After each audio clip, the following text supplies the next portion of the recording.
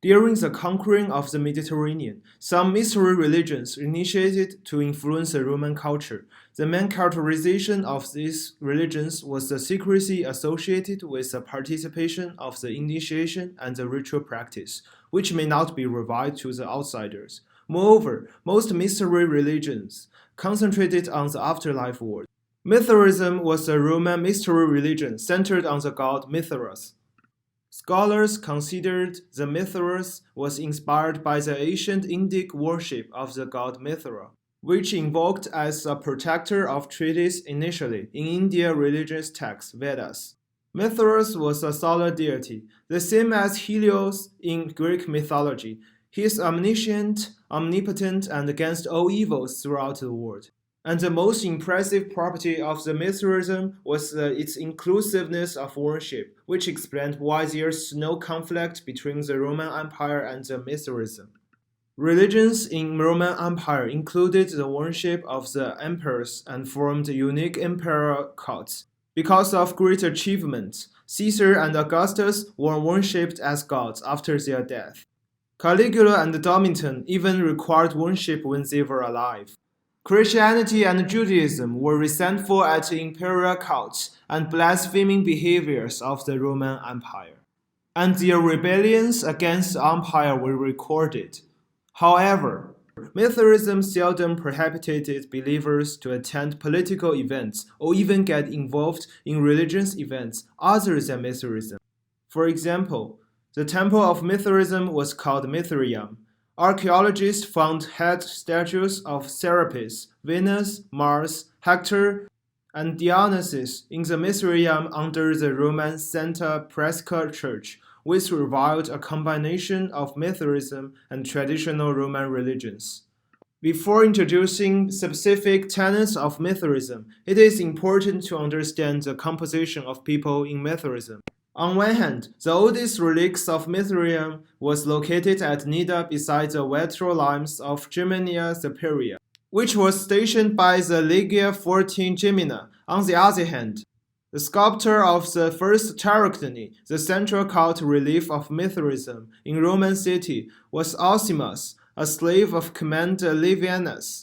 Moreover, Mithraism's inscriptions from the Britain, the Rhine, the Danube, and the influence at the front line of the empire indicated that believers of Mithraism were most Roman soldiers, few freeborn men and slaves.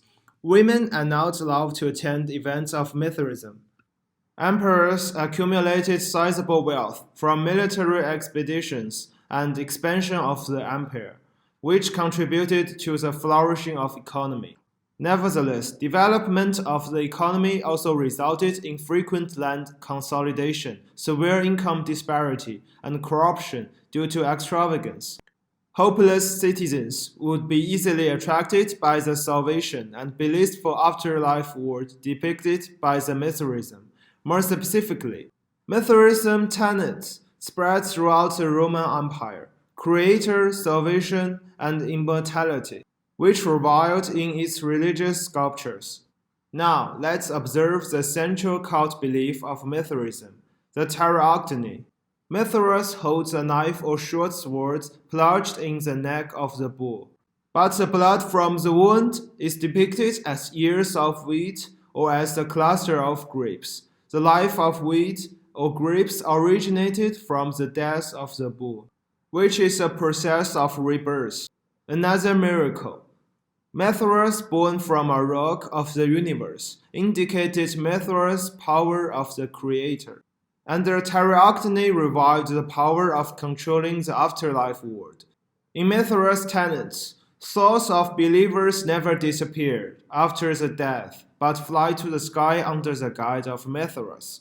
Origen of Alexandria depicted the Mithraic heaven, a ladder with 7 gates, topped by an eighth. The first of lead, the second of tin, the third of bronze, the fourth of iron, the fifth of an alloy, the sixth of silver, and the seventh of gold.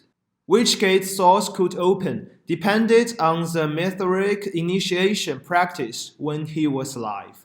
As the above picture showed, there were 7 degrees of Mithraism, and the highest degree was patron, which mimic the Roman traditions.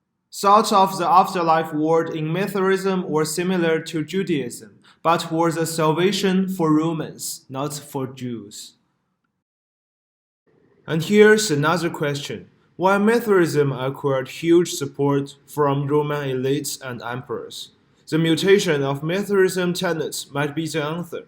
It was recorded by Plutarch that after the Achaemenid Empire period, Mithras was honored as the patron of loyalty to the emperor.